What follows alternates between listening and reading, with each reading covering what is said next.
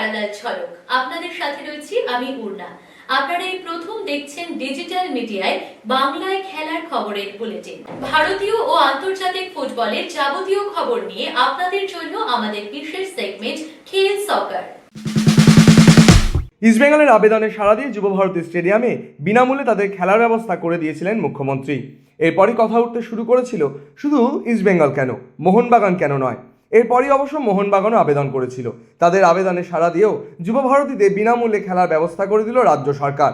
একই সঙ্গে মোহামেডান এসসিও কিশোরভারতী স্টেডিয়ামে খেলবে বিনামূল্যে। এবারের আইএসএলের প্রেক্ষাপটটাই সম্পূর্ণ আলাদা। এক বিরাট আর্থিক ডামাডোলের মধ্যে হচ্ছে আইএসএল। সেই পরিস্থিতিতে কলকাতার 3 প্রধানের আবেদনে সাড়া দিয়ে পাশে দাঁড়ালো রাজ্য সরকার। এবারের আইএসএলের আগেই কেন্দ্রীয় ক্রীড়া মন্ত্রকের তরফে এমন পরিস্থিতিতে ক্লাবগুলোর পাশে রাজ্য সরকারগুলোকে থাকার আবেদন করা হয়েছিল। সেই কথা রাখলো পশ্চিমবঙ্গ রাজ্য সরকার। এমন একটা কঠিন পরিস্থিতিতে কলকাতার 3 প্রধানকেই বিনামূল্যে স্টেডিয়াম দেওয়ার সিদ্ধান্ত রাজ্য সরকারের। তাহলে কি ইস্টবেঙ্গলে দেখানো পথে হাঁটলো মোহনবাগান? প্রশ্ন শুনে অ্যাটাকিং মোডে মোহনবাগান সভাপতি দেবাশিস দত্ত। আসলে কয়েকদিন আগেই যুবভারতীতে বিনামূল্যে খেলার ছাড়পত্র পাওয়ার জন্য আবেদন করেছিলেন ইস্টবেঙ্গল কর্তা নিতু সরকার। তাতে রাজিও হয়েছেন মুখ্যমন্ত্রী। আর এবার মোহনবাগান সভাপতি চিঠি দিয়ে যুবভারতী বিনামূল্যে পাওয়ার আবেদন জানিয়েছিলেন। তবে বিষয়টাকে এভাবে দেখছেন না দেবাশিস। বলছেন, ইস্টবেঙ্গলে দেখানো পথে হাঁটবো কেন? রাজ্যের মুখ্যমন্ত্রী তো আমাদের সবার মুখ্যমন্ত্রী। আমরা আমাদের পথেই হেঁটেছি। সরকার তো সবার, সরকার তো কোনো একটি ক্লাবের, বিশেষ কোনো ক্লাবের নয়।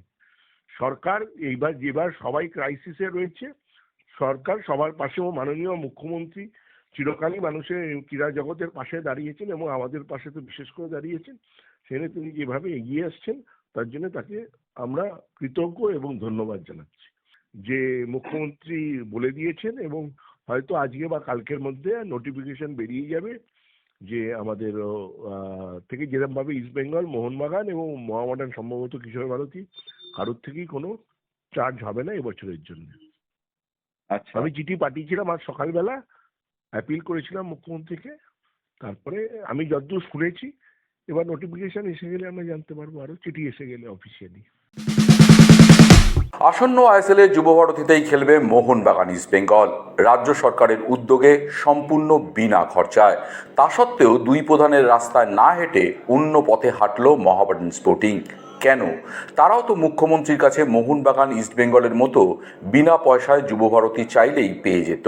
কিন্তু মোহামেডান যুবভারতী না চেয়ে তারা সরকারের কাছে চাইল কিশোর ভারতী 6টা হোম ম্যাচের জন্য। সরকারও তাদের বিনা খরচে কিশোর ভারতী করে দিয়েছে। কিন্তু এখন প্রশ্ন হলো, বাকি দুই প্রধানের মতো সুযোগ পেয়েও এই সুযোগটা কেন হাতছাড়া করলো সাদা কালো ব্রিগেড? মোহামেডান এক কর্তার কথায়, যুবভারতীতে ম্যাচ আয়োজনে যে খরচ, সেই খরচ বহন করার মতো সামর্থ্য এখন তাদের নেই। আর সেই কারণেই বিনা খরচায় যুবভারতী পেলেও সেই রাস্তায় তারা না গিয়ে সরকারের কাছে কিশোর ভারতী চেয়ে নেয়। সরকারও তাদের মঞ্জুর করে দেয় বিনা খরচায়। যুবভারতীর ভাড়া ছাড়াও একটা ম্যাচ আয়োজন করতে লাগে আনুমানিক 25 লক্ষ টাকা। সেখানে অর্ধেক টাকায় আয়োজন করে ফেলা যায় কিশোর ভারতীর ম্যাচ, অর্থাৎ 10 থেকে 12 লাখ টাকা। অর্থের এই তারতম্যের জন্যই কিশোর ভারতী নেয় মোহামেডান স্পোর্টিং।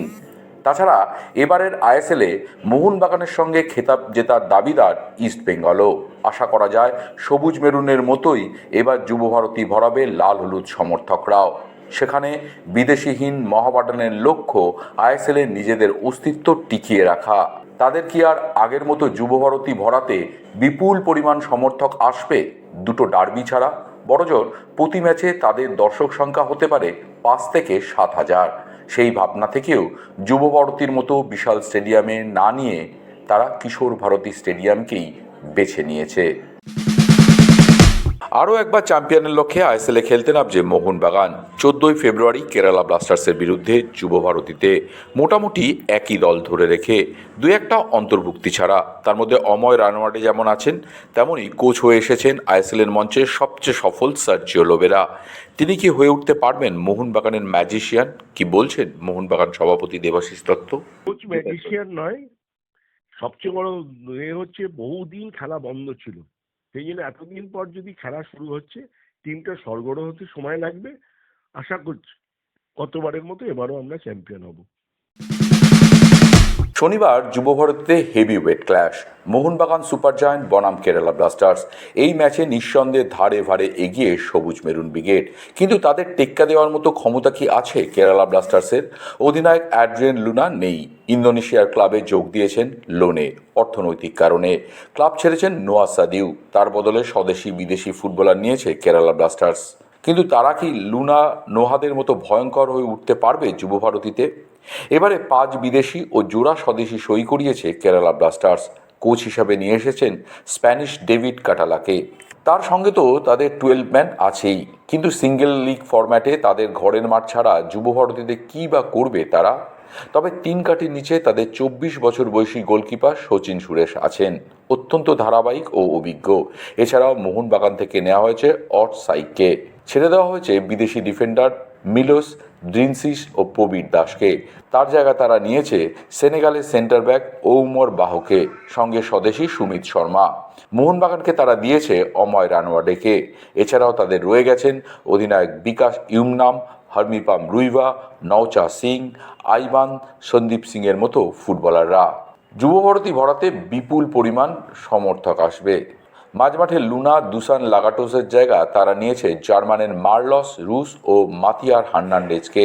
এছাড়া তো দানিশ ফারুক, বিপিন মহানান, ফেডরি মিতাইরা আছেনই। আক্রমণভাগে তাদের ছেড়ে দেওয়া হয়েছে বিদেশি পেপড়া ও জেসুস জেমিনিসকে। তার জায়গায় নেওয়া হয়েছে ফ্রেঞ্চ স্ট্রাইকার কেভিন ইয়ক ও স্প্যানিশ ভিক্টর বার্তোমিউকে। এছাড়া মোহনবাগান থেকে এসেছেন সালাউদ্দিন, কোরোসিং তো আছেনই। এই 29 জনের স্কোয়াড নিয়েই আসন্ন আইএসএলে খেলবে কেরালা ব্লাস্টার্স। আইএসএল শুরুর আগে একের পর এক ধাক্কা ইস্টবেঙ্গল শিবিরে। চোট আঘাতে কার্যত জেরবার লাল হলুদ শিবির। নাওরেম মহেশ আগেই ছিটকে গিয়েছেন। এবার আইএসএল এর প্রথম ম্যাচে নেই কেভিন সিবিলেও। আর এটা যে অস্কার ব্রুজোকে বেশ চাপে ফেলে দিয়েছে তা বলার অপেক্ষা রাখে না। শুধুমাত্র একটি ম্যাচই নয়, শোনা যাচ্ছে কেভিন নাকি 3 সপ্তাহের জন্য মাঠের বাইরে চলে গিয়েছেন। বেশ কয়েকদিন আগেই প্রস্তুতিতে পায়ে চোট পেয়েছিলেন তিনি। এরপর থেকেই আর ইস্টবেঙ্গলের হয়ে প্রস্তুতি সারতে পারছেন না কেভিন। মাঠে এলেও বেশিরভাগ সময় সাইডলাইনেই কাটাচ্ছেন ইস্টবেঙ্গলের এই আর্জেন্টাইন তারকা। এই মুহূর্তে মেডিকেল টিমের তত্ত্বাবধানে রয়েছেন কেভিন সিবিলে। তিনি মাঠে আসলেও এখনও পর্যন্ত রিহ্যাবও শুরু করতে পারেননি। আর তাতেই কেভিন সিবিলের খেলা ঘিরে ক্রমশই জটিল হচ্ছে পরিস্থিতি। অন্যদিকে কেভিনের পাশাপাশি প্রথম ম্যাচে নেই মোহাম্মদ রাকিবও। প্রস্তুতি ম্যাচে মাথা ফেটে গিয়েছিল তার, 7টি সেলাইও পড়েছে। প্রথম ম্যাচে তাকে ছাড়াই নামবে ইস্টবেঙ্গল। আগামী 16ই ফেব্রুয়ারি আইএসএলে যাত্রা শুরু করবে ইস্টবেঙ্গল, কিন্তু তার আগেই ছিটকে গিয়েছেন কেভিন সিবিলে। এটা যে লাল হলুদের ম্যাচে বড়সড় প্রভাব ফেলবে তা বলতে দ্বিধা করছেন না দীর্ঘদিন ধরে ইস্টবেঙ্গলের রক্ষণ সামলানোর সৌমিক দে। তবে একটা বিরাট ধাক্কা আমি মনে করি যে ইস্টবেঙ্গল একটা এবছর দলটা গুছিয়েছিল, ভালো ভালো স্টার্ট হয়তো করতে যাচ্ছিল, সেখান থেকে একটা চোট পাওয়াটা একটা বিশাল ধাক্কা বলতে পারো। আর বলতে পারো যে একটা ডিফেন্সের মেন স্তম্ভ সিভিলে, সেটা দুর্দান্ত উপহার দিয়েছে আগের বছর, যে গত বছর ভালো ফুটবল উপহার দিয়েছে সবাইকে। ঠান্ডা মাথার ছেলে, কুল অ্যান্ড মাইন্ড। তবে আনোয়ারের সাথে ভালো সেট হয়ে গেছিল। সেখান থেকে দেখতে গেলে আজকে ইস্টবেঙ্গল কিন্তু একটা জায়গায় একটা হারালো। তার জায়গায় কে আসবে, কোচ এখন অস্কারকে একটা চিন্তার কিন্তু বিষয় হয়ে দাঁড়ালো। তার জায়গায় কে খেলবে না খেলবে সেটাই সম্পূর্ণ নির্ভর করছে এখন নুঙ্গার ওপর। নুঙ্গা যদি ফিট থাকে, নুঙ্গা যদি স্টপারে আসে, তাহলে কিন্তু তার আনোয়ারের সাথে একটা বোঝাপড়া হতে পারে। বাট আমি মনে করি একটা বিদেশি থাকা মানে যথেষ্ট শক্তিশালী একটা টিমের পক্ষে। তবে দেখো এখন চোট আঘাত এসব লেগেই থাকে, একটা বডি কন্ট্যাক্ট গেম।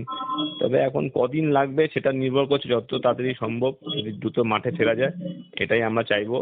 আবার দলের সাথে ফিরে আসুক আর দলের সাথে মানিয়ে নিক, যেটা চাইবো। কিন্তু এবার দেখতে হবে যার ওর চোটটা কতটা, সেটা ডক্টররা বলতে পারবে এবং ও নিজে বুঝবে কতটা কি ফিল করতে পারছে না পারছে। সেটা দেখো আমরা দূর থেকে কিছু বুঝতে পারবো না।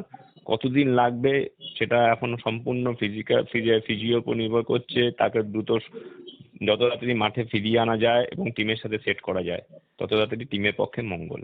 অথবা নতুন কোনো চিন্তা ধারণা অস্কারকে করতে হবে, ওর জায়গায় কাকে নিয়ে আসা যায় এবং আনোয়ারের সাথে ফিট করা যায়। এবং প্রথম ম্যাচ আর 2-3 দিন পরেই শুরু হচ্ছে, হয়তো মেবি কি হতেই পারে ওকে না পাওয়ার চান্সই 99%, 100%। তার জায়গায় নতুন কিছু ভাবতে হবে। আশা করি ও যত তাড়াতাড়ি ফিরবে তত তাড়াতাড়ি টিমের পক্ষে ভালো।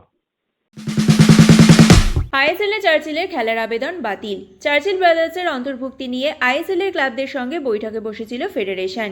সেখানেই 13টি ক্লাব চার্চিল ব্রাদার্সের অন্তর্ভুক্তিতে নারাজ।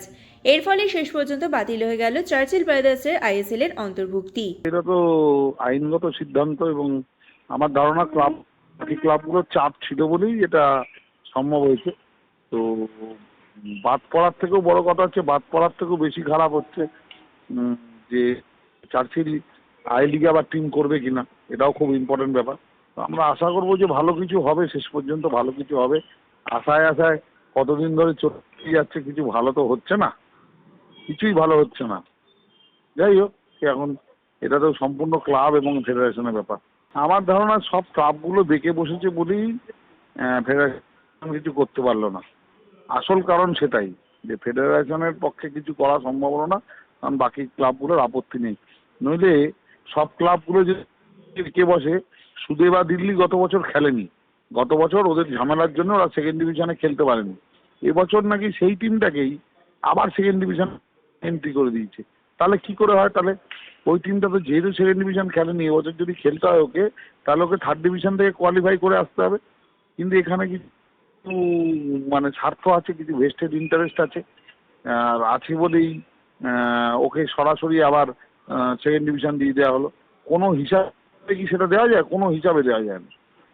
এরকমভাবেই চলে, এরকমভাবেই চলে। রেলিগেট করেছে, নামিয়ে দিয়েছে, কিন্তু যে টিমটা খেলেনি তাকেও তো রেলিগেট করে দেওয়া উচিত। দিল্লির একটা টিমের প্রতি তুমি আইন দেখাচ্ছ, আর একটা টিম যখন খেলতে আসছে তখন তুমি তাকে কি করে সেকেন্ড ডিভিশন দিয়ে দিচ্ছ ডাইরেক্ট? তারা তাদের ফেসবুক পেজে দেখলাম যে ঘোষণা করে দিচ্ছে আমরা এবছর সেকেন্ড ডিভিশন খেলছি। গত বছর তারা অ্যাবস্টেন করেছে লিগ থেকে, হিসাব মতো সে থার্ড ডিভিশনে চলে যায়। আবার থার্ড ডিভিশন খেলতে গেলে তাকে স্টেট চ্যাম্পিয়ন হয়ে আসতে হয়। বৃহস্পতিবার ইংলিশ প্রিমিয়ার লিগে সান্ডারল্যান্ডকে 1-0 গোলে হারালো লিভারপুল।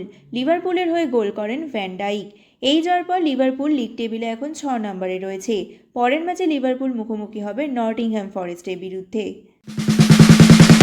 ইংলিশ প্রিমিয়ার লিগে বৃহস্পতিবার আরও একটি ম্যাচে মুখোমুখি হয়েছিল অ্যাস্টন ভিলা এবং ব্রাইটন।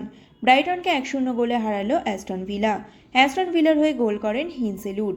এই জয়ের পর লিগ টেবিলে 3 নম্বরে জায়গা করে নিল অ্যাস্টন ভিলা।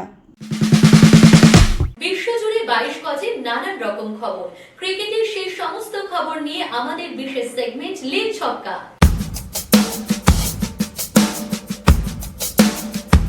নামিবিয়ার বিরুদ্ধে অভিষেককে ছাড়াই নামার সিদ্ধান্ত ভারতীয় টিম ম্যানেজমেন্টের। শোনা যাচ্ছে খাবার থেকেই পেটের সমস্যায় পড়েছিলেন অভিষেক। এখন মোটামুটি সেরে উঠলেও অভিষেকের নাকি ওজন অনেকটাই কমে গিয়েছে। সামনেই রয়েছে পাকিস্তানের বিরুদ্ধে ম্যাচ। তার আগে নামিবিয়ার বিরুদ্ধে যে অভিষেক শর্মাকে নিয়ে কোনো রকম ঝুঁকি ভারতীয় টিম ম্যানেজমেন্ট নেবে না তা বলাই যায়। প্রথম ম্যাচের সময় থেকেই পেটের সমস্যায় ভুগছিলেন অভিষেক। যদিও আমেরিকার বিরুদ্ধে ব্যাটিং করেছিলেন, কিন্তু এরপর থেকে আর মাঠে নামতে পারেননি। ভারত পাকিস্তান ম্যাচের আগে রীতিমতো হুঙ্কার শুরু করে দিয়েছে পাকিস্তান ক্রিকেটাররা। এখনও অবধি 7-1 এগিয়ে আছে ভারত। যেখানে ভারতের সামনে কার্যত দাঁড়াতেই পারে না পাক টিম, সেখানে প্রতি ম্যাচের মতো এবারেও আগাম হুঙ্কার শুরু পাক ক্রিকেটারদের। একেবারে নতুন লড়াই হবে ভারত পাকিস্তান ম্যাচের আগে, এমনটাই বললেন পাক স্পিনার উসমান তারিক। এছাড়াও তিনি বলেন, এমন নয় যে আমরা প্রথমবার খেলছি, বহুবার খেলেছি ভারতের বিরুদ্ধে। আমরা এই ম্যাচে একেবারে অন্যরকম মাইন্ডসেট নিয়ে রাখবো। ক্রিকেট বিশ্বকাপে প্রথমবার জয় ইটালির। বৃহস্পতিবার ওয়াংখেড়ে স্টেডিয়ামে টি-20 ওয়ার্ল্ড কাপে জাস্টিন মোস্কার করা 44 বলে 60 রানে নেপালকে 10 উইকেটে হারালো ইটালি। টস হেরে প্রথমে ব্যাট করতে নেবে 20 ওভারে 123 রানে অল আউট হয়ে যায় নেপাল। 124 রানের লক্ষ্য তাড়া করতে নেমে 13 ওভারে 10 হাতে থাকতেই ম্যাচ জিতে যায় ইটালি। 62 রানে অপরাজিত থাকে অ্যান্টনি মোস্কা। ইটালির হয়ে বল হাতে 18 রানে 3 উইকেট নিয়ে ম্যাচ সেরা হন কৃষণ কালুগামাগে। বৃহস্পতিবার নিজেদের ঘরের মাঠে টি-20 ওয়ার্ল্ড কাপের গ্রুপ স্টেজে ওমানকে 105 রানে হারালো শ্রীলঙ্কা। টস হেরে প্রথমে ব্যাট করতে নেমে 20 ওভারে 5 উইকেটে 225 রান করে শ্রীলঙ্কা। জবাবে 226 রানের লক্ষ্য তাড়া করতে নেমে 20 ওভারে 9 উইকেটে মাত্র 120 রান করতে পারে ওমান। শ্রীলঙ্কার হয়ে ব্যাট হাতে 28 বলে 60 রানে ইনিংস খেলে ম্যাচ সেরা হন পাভান রাথনায়েক। 2026 টি-20 ওয়ার্ল্ড কাপে দক্ষিণ আফ্রিকার বিরুদ্ধে ম্যাচে আচরণবিধি ভঙ্গের জন্য আফগানিস্তানের অভিজ্ঞ অলরাউন্ডার মোহাম্মদ নবীকে শাস্তি দিয়েছে আইসিসি। তার ম্যাচ ফি 15% জরিমানা করা হয়েছে। আফগানিস্তানের ইনিংসে 14তম ওভারের শুরুতে ঘটনাটি ঘটে। লুঙ্গি এনগিরি বল করতে এলে নবী খেলা থামিয়ে আপত্তি জানান। বলেন এনগিরি দুহাতে পড়া হলুদ রিস্টব্যান্ডের জন্য সাদা বল দেখতে সমস্যা হচ্ছে। এই নিয়ে মাঠের আম্পায়ারদের সঙ্গে তর্ক শুরু হয় এবং পরিস্থিতি উত্তপ্ত হয়ে উঠলে এনগিরি রিস্টব্যান্ড খুলে ফেলেন। এই ঘটনার পর 12 ফেব্রুয়ারি আইসিসি জানায় নাবি কোড অফ কন্ডাক্টের নিয়ম ভেঙেছেন, যা আন্তর্জাতিক ম্যাচে আম্পায়ারের নির্দেশ অমান্য করার সঙ্গে সম্পর্কিত। এর জন্য তার ম্যাচ ফির 15% কাটা হয়েছে এবং পয়েন্টও কাটা হয়েছে। ফুটবল ক্রিকেটের বাইরেও খেলার দুনিয়ায় রয়েছে আরো নানা রকমের খবর, আর সেই সব খেলার খবর নিয়ে আমাদের বিশেষ সেগমেন্ট উইং প্লে।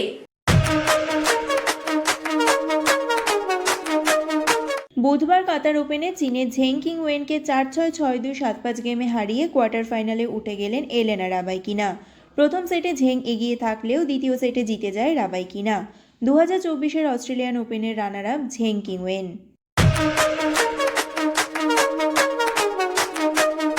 বুধবার কাতার ওপেনে চীনের ঝেং কিংওয়েনকে 4-6, 6-2, 7-5 গেমে হারিয়ে কোয়ার্টার ফাইনালে উঠে গেলেন এলেনা রাবাইকিনা। প্রথম সেটে ঝেং এগিয়ে থাকলেও দ্বিতীয় সেটে জিতে যায় রাবাইকিনা। 2024 অস্ট্রেলিয়ান ওপেনের রানার আপ ঝেং কিংওয়েন। খেলার দুনিয়ায় শোনা যায় নানা রকমের মন্তব্য, আর সেই সব মন্তব্যের কোলাজ নিয়ে আমাদের বিশেষ সেগমেন্ট থ্রো ইন। আমি খেলতে চাই এবং দেশের হয়ে বিশ্বকাপ জিততে চাই। আমি 50 ওভার বিশ্বকাপ দেখে বড় হয়েছি। সেই সময় কোনো টি20 বিশ্বকাপ, আইপিএল, WTC ছিল না। তখন ক্রিকেট বিশ্বের অন্যতম বড় লড়াই দেখার জন্য আমাদের অপেক্ষা করতে হতো 4 বছর। তাই অপেক্ষাও ছিল অনেক বেশি। আমি নিজের সব শক্তি কাজে লাগিয়ে দিতে চাই ট্রফি জিততে। প্যারালাল ঝলক আজ এ পর্যন্তই। খেলার দুনিয়ার সেরা প্যাকেজ নিয়ে দেখতে থাকুন প্যারালাল ঝলক প্রতিদিন রাত 10টায়।